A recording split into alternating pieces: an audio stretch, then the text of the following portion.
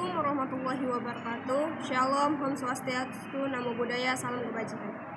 Perkenalkan, kami dari kelompok 14 ingin mempresentasikan hasil proyek kami. Saya Firatul Jana selaku moderator, dan ini teman saya, ada Samuel Sandro Simanjunta, ada Muhammad Farhan Septian, dan juga ada Farisa Dara Ananda. Jadi pertama kita akan menambahkan foto. Nah, kita akan klik pada bagian choose file, lalu kita akan pilih satu foto yang untuk kita masukkan, kita open. Nah, jadi keluar dia pertama seperti ini. Nah, setelah ini saya akan serahkan kelanjutannya kepada teman saya, Bang Samuel. Saya persilahkan. Baik, saya akan menjelaskan lanjutannya. Setelah foto di input, maka akan tampil di kanvas. Terdapat beberapa fitur seperti rotasi dan flip. Rotasi terdiri dari rotasi 90 derajat, 180 derajat, 270 derajat. Flip terdiri dari flip vertikal dan horizontal. Selanjutnya terdapat menu sistem warna yang terdiri dari RGB, CMYK, ASV, YEQ. Berikutnya citra yang akan menampilkan histogramnya, mengubah gambarnya menjadi grayscale, binary, dan negatif. Selanjutnya filtering. Filtering ini terdapat 3, yaitu mean, median, dan Gaussian. Lalu terdapat K-means, clustering. Dan terakhir ada edge detection atau deteksi tepi yang terdiri atas Sobel, Prewitt, Roberts, Carr, Kenny, dan terakhir Laplacian of Gaussian. Kita coba satu-satu. Yang pertama akan saya lakukan rotasi 90 derajat dulu. Nah, gambar tersebut akan berputar 90 derajat mengarah jarum jam, searah jarum jam. Jika rotasi 180 derajat, dia akan membalikkan gambarnya. 270 derajat dia berlawanan arah jarum jam. Flip vertikal, dia akan membalikkan gambar. Flip horizontal, dia akan seperti pencerminan. Baik, selanjutnya sistem warna yaitu RGB akan tampil. Di sebelah kanan adalah hasil segmentasinya yang berupa gambar red, green, blue. Red, green, blue ini merupakan gambar yang terdapat pada citra. Mungkin selanjutnya ada CMYK, filtering, cyan, magenta, yellow, dan black. Ini HSV, hasil filteringnya, dan YEQ. Selanjutnya ada teman saya yaitu Muhammad Farhan. Baik, di sini saya akan menjelaskan fitur-fitur citra. Di sini ada histogram, ada red channel, ada green channel, ada blue channel, ada RGB combined histogramnya. Di sini ada grayscale-nya juga. Dan di sini ada binary-nya. Ada ukurannya juga. Baik, saya di sini akan menjelaskan citra di bagian grayscale. Di sini ada fitur grayscale-nya yang bisa diterapkan.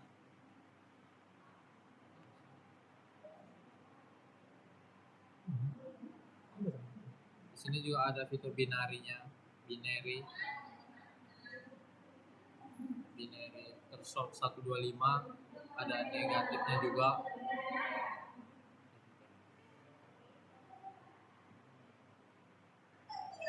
Baik, di sini saya akan menjelaskan bagian filtering. Di sini ada main filter. Di bagian main filter ada 3x3. Di sini ada median filternya juga 3x3. Di sini ada Gaussian filternya juga di 3x3. Baik, saya akan menjelaskan di K-means clusteringnya juga ada di literasinya sampai literasi 10-nya. Ada engine decision-nya, ada Sobelnya juga, ada Brewitt, ada Roberts, ada Hart-nya juga, Kenny Engines-nya, Long atau yang disebut Laplacian of Gaussian. Nah, yang terakhir ada fitur alat. Fitur alat ini untuk mempermudah kita. Isinya ada undo, redo, bersihkan, simpan, dan juga reset. Nah, saya akan menjelaskan bagian undo dan redo terlebih dahulu. Ketika kita melakukan segmentasi seperti rotasi dan flip, nah kita pencet rotasi 90 derajat, kita ingin mengembalikannya. Kita klik undo. Nah, kalau kita ingin mengembalikan ke sebelumnya lagi, redo. Nah, jadi dia seperti ini. Nah, fitur bersihkan ini yaitu gunanya untuk membersihkan semua. Umpama kita melakukan detection Sobel, kita ingin bersihkan semua gambar pada kanvas, kita bersihkan. Dan saya akan input lagi.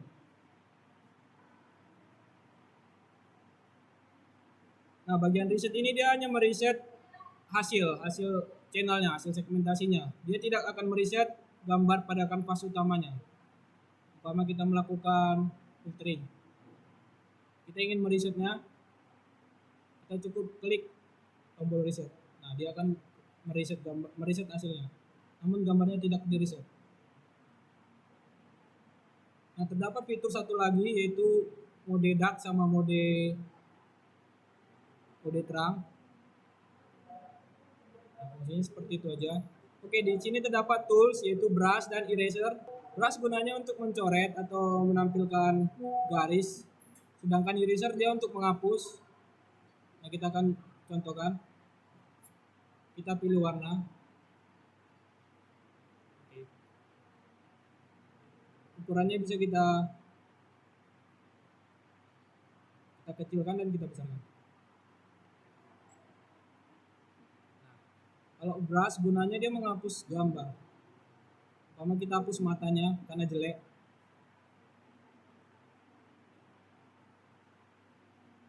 Mungkin hanya sampai situ. Nah, setelah Kita kembalikan. memperkenalkan tentang fitur-fitur yang ada di halaman web ini, selanjutnya kita akan menjelaskan codingan yang ada pada aplikasi ini, yang akan dijelaskan oleh Bang Samuel.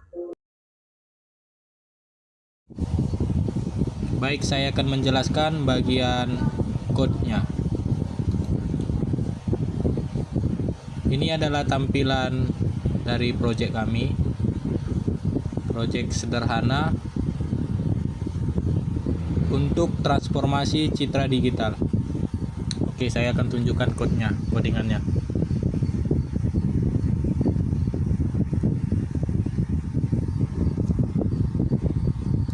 Oke, codingannya seperti ini. Yang di atas adalah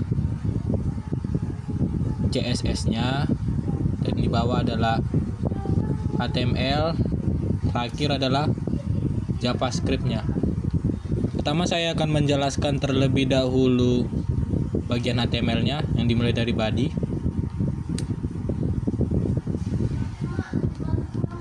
Nah, yang bagian ini merupakan tombol menu dan modenya. Ya. Ini ya maksudnya.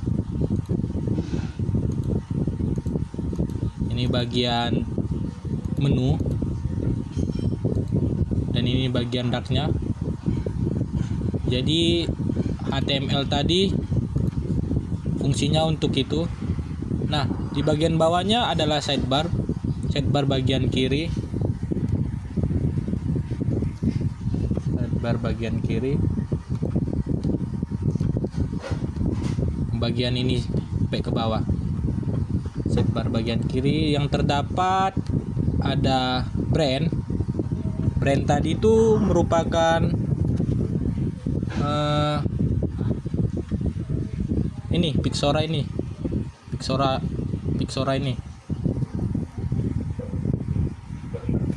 Terdapat juga bagian inputan dan beberapa tombol. Tombolnya terdiri dari bagian rotasi, sistem warna, citra, filtering, clustering, edge detection. Dan terakhir adalah alat. Jadi codingan HTML tadi itu untuk membuat struktur di bagian sidebar kiri nih. Jadi button-buttonnya ini, inputannya ini fungsinya itu ya. Oke, selanjutnya di bawah itu ada bagian tengah untuk kanvas dan edit gambar. Nah, ini dia bagian untuk mendeklarasikan kanvasnya. Ini toolsnya. Ada juga input warna dan ukuran. Jadi kita dapat memilih warnanya.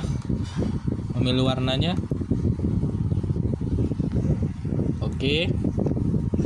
Nah, selanjutnya ada bagian right bar atau sidebar bagian kanan. Nah, sidebar bagian kanan itu ya adalah ini, bagian info. Juga untuk menampilkan transformasi citra. Seperti ini apanya tampilan codingannya.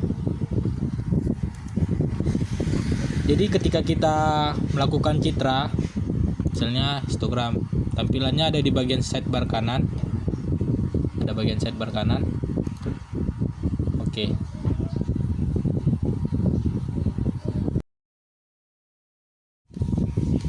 Baik, saya akan melanjutkan di bagian codingan selanjutnya. Saya akan coba menjelaskan di bagian style terlebih dahulu atau CSS-nya. Nah, di atas ini adalah bagian root. Root itu mendeklarasikan atau mendefinisikan warna utama pada aplikasi yang mencakup background luar, panel kanan kiri, dan tombol birunya. Nah, dia mencakup semua. Selanjutnya ada body. Body ini dia merupakan bagian tampilan utamanya, tampilan utama pada kanvas, tampilan utama atau layout utamanya. Oke. Nah, berikutnya ini body dark. Body dark ini dia berfungsi untuk bagian bawah ini, bagian temanya seperti tema terang, tema gelap, seperti ini. Nah, ini sidebarnya. Sidebar ini mencangkup sidebar kiri aja. Ini di dalamnya ada brand, ada button inputan, ada button transformasi dan alat. Ini sidebar buttonnya untuk tampilan CSS button. Ini dia berwarna biru. Nah, ini brand tadi itu tampilan ininya, tampilan judul aplikasi kami itu Pixora. Oke, ini group.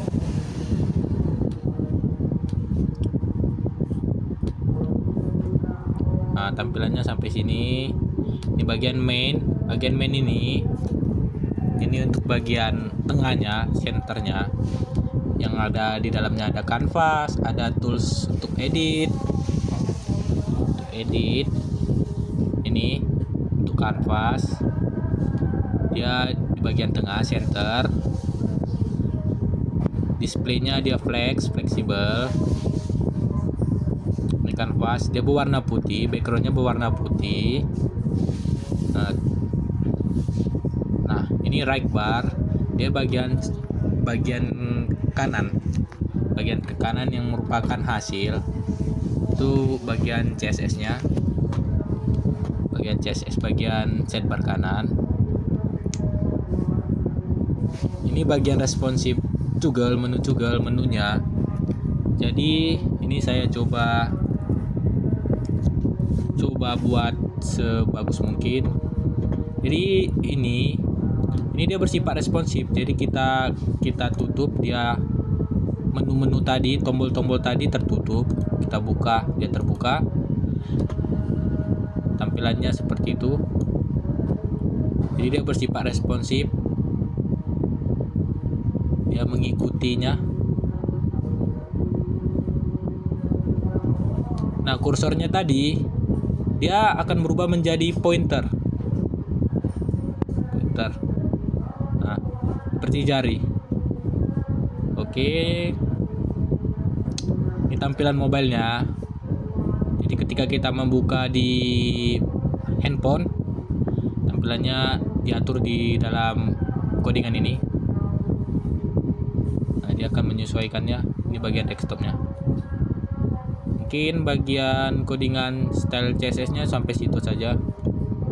Nah, baik, saya nanti akan lanjutkan bagian style JavaScript-nya.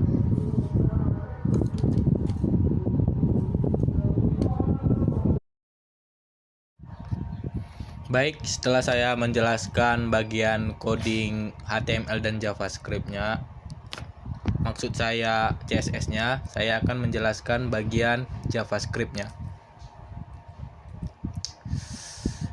Di sini terdapat bagian coding JavaScript. Pertama itu adalah bagian tombol-tombolnya. Jadi tombol-tombol yang kita deklarasikan di dalam HTML tadi diinisialisasikan di dalam JavaScript-nya supaya tombol-tombol tadi dapat berfungsi. Nah, tombol-tombol ini mulai dari untuk inputan dia ada di dalam ini. Nah, selanjutnya kanvas tadi. Kanvas ini diubah menjadi 2 dimensi. Nah, ini untuk resolusinya. Ini untuk menunya, menu toggle yaitu titik 3 ini. Nah, ini tombol-tombol buttonnya ada rotasi 90, 180, 270, flip. Ini untuk menampilkan RGB, CMYK, ASP, YQ, dan seterusnya. Ini alat-alatnya juga. Nah, di bawahnya ini merupakan penghubung dari tombol tadi ke fungsi JavaScript-nya. Jadi agar tombol-tombol berikut dapat berfungsi, dapat berjalan, maka dibuatlah penghubungnya. Add event listener. Oke. Nah, ini mendeklarasikan variabel alat editnya. Ini kita dapat memilih brush, eraser. Nah, ini untuk data URL-nya. Nah, di bawahnya untuk menyimpan setiap aksi ke kanvas utama. Jadi agar bisa kita lakukan redo dan undo-nya, ini perlu dibuat deklarasi push history. Nah, oke. Nah, ini merupakan sidebar menu toggle-nya. Menu toggle-nya supaya dapat diklik buka dan tutupnya seperti ini. Jadi kita perlu memerlukan codingan ini. Nah, itu fungsinya. Nah, berikutnya ini untuk temanya, tema dark dan juga terang. Nah, ini digunakan untuk menginput file yang ada di dalam perangkat kita ke dalam aplikasinya. Nah, ini kita dapat input. Oke, berhasil, dan dia membacanya. Oke, ini untuk toolsnya. tools ini brush dan eraser untuk edit, ini drawing untuk menggambar. Jadi dia dapat menggambar, dapat menggambar. Oke, kita balikkan dulu. Oke, kita lanjut. Ini dia merupakan algoritmanya, codingannya. Nah, di bawah ini merupakan alert atau seperti keterangan. Nah, ketika kita belum menginput gambar, anggap kita belum menginput gambar, kita hapus dulu. Maksud saya ini kita hapus dulu. Nah, ketika kita belum menginput gambar di dalam kanvas utamanya, kita memencet tombol-tombol fungsi transformasi ini, maka dia akan muncul alert. Nah, seperti ini, pilih gambar terlebih dahulu. Nah, fungsi JavaScript-nya ini itu berfungsi seperti itu. Jadi ketika kita belum menginput gambarnya, namun kita mengklik tombol untuk transformasi, nah dia akan muncul alert atau peringatan seperti ini. Nah, gunanya seperti itu. Nah, di bawah ini fungsi rotasi untuk kanvas. Nah, rotasinya dia membuat 2 dimensi dan meletakkannya di dalam kanvas. Ini untuk fungsi rotasi 90 derajat seperti ini. Kita coba dulu. Nah, dia berfungsi. Ini untuk 180, 270. Nah, ini untuk fungsi flip, untuk flip vertikal. Ini untuk flip horizontal. Nah, dia seperti itu. Ini undo dan redo. Nah, undo dan redo ini berfungsi untuk membalikkan aksi sebelumnya dan memajukan aksi sebelumnya. Nah, umpama tadi kita telah flip, kita coba undo, nah dia akan balik ke aksi sebelumnya. Ketika kita buat redo, nah dia balik ke aksi setelahnya. Oke, ini dia algoritmanya. Nah, ini fungsi untuk menampilkan RGB pada channel. RGB ini maksud saya ini sistem warna. Nah, terdapat 4 RGB, CMYK, ASV dan YIQ. Nah, dia di sini. Ini ada 4. Oke. Nah, selanjutnya adalah histogram. Histogram di bagian citra, histogram, grayscale, binary dan negatif. Nah, histogramnya ada di sini. Baik. Sebelum itu, ketika kita melakukan transformasi,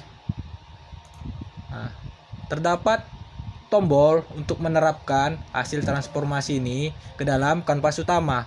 Jadi saya tidak membuatnya langsung berubah kanvas utamanya mengikuti hasil transformasinya, tetapi saya membuat pilihan kita mau menerapkan atau tidak. Nah, ini dia algoritmanya, logiknya ada di sini. Ini tombol untuk menerapkan hasil transformasi ke kanvas utama jika kita ingin. Jadi kita kepingin mengubah kanvas utama ini menjadi hasil transformasinya seperti ini, contohnya grayscale. Nah, kita ubah. Nah, kanvas utamanya kan berubah. Nah, kita coba ulang.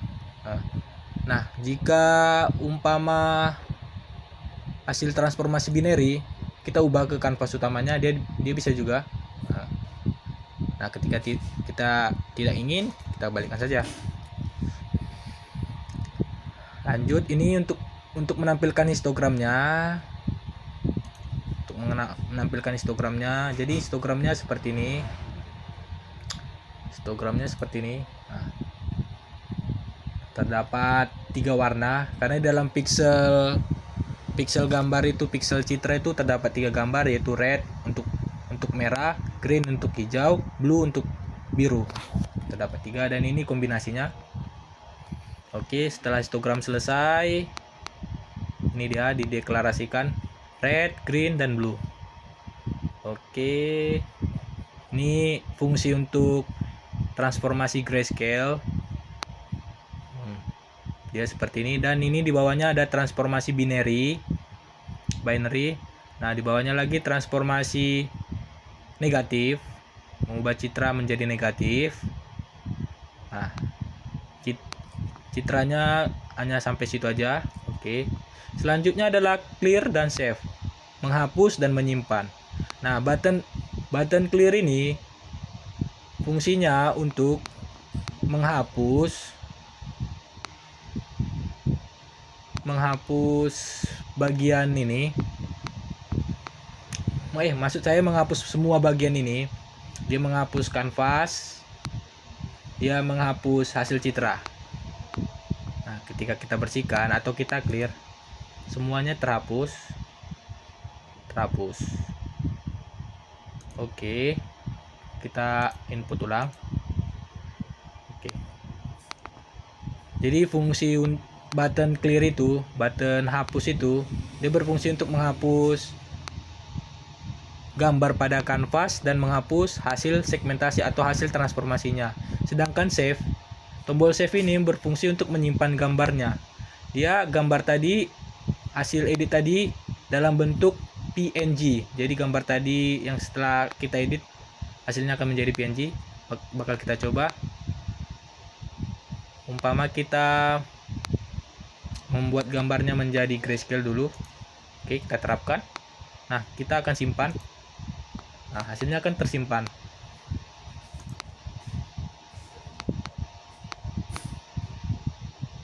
Hasilnya tampil. Oke, baik. Setelah tombol simpan, selanjutnya bagian filtering. Nah, filtering ini terdapat 3 tombol, terdapat 3 bagian, yaitu min, median, dan Gaussian. Nah, ini merupakan codingan JavaScript dari min. Ini median,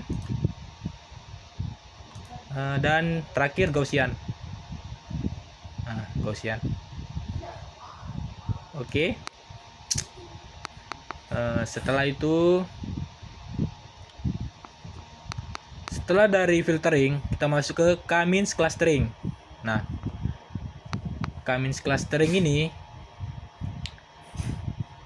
codingannya seperti ini.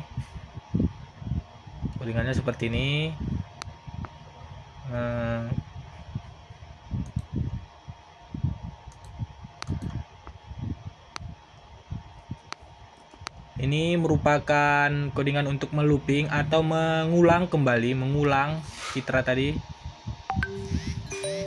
Nah, dan akan ditampilkan ke sidebar kanannya saja. Nah, ini merupakan pengatur iterasi. Jadi iterasinya tidak ada batasannya. Nah, kita akan coba dulu.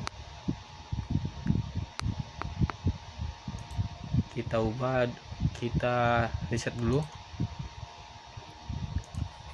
Nah, saya telah menjalankan K-means clusteringnya. Jadi iterasinya tidak dibatasi. Nah, dia sampai iterasi ke 26 maksud saya 26, iterasinya sampai 26. Nah, setelah itu di bawahnya ada edge filtering. Nah, edge filtering ini yang merupakan edge detection.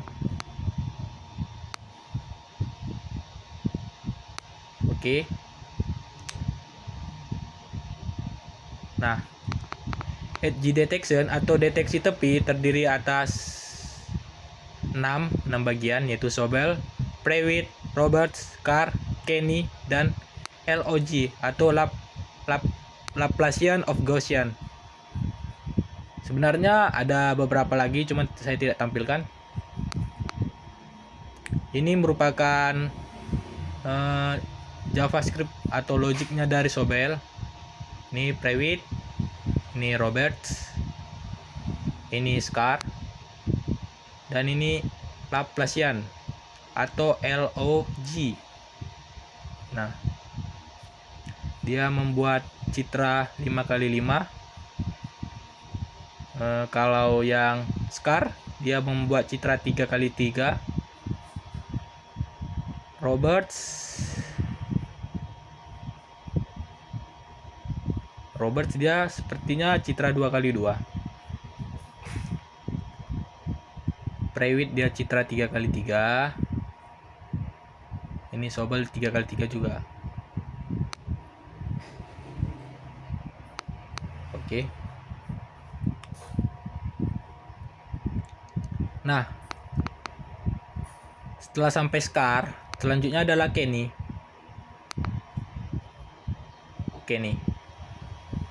Nah, ini codingannya. Nah, ini merupakan codingan Gaussian atau ini LOG nih. Citranya 3x3. Oke. Sampai situ.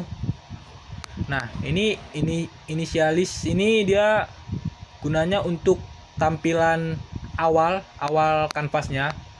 Jadi ketika kita merun aplikasinya, merun softwarenya, dia akan tampil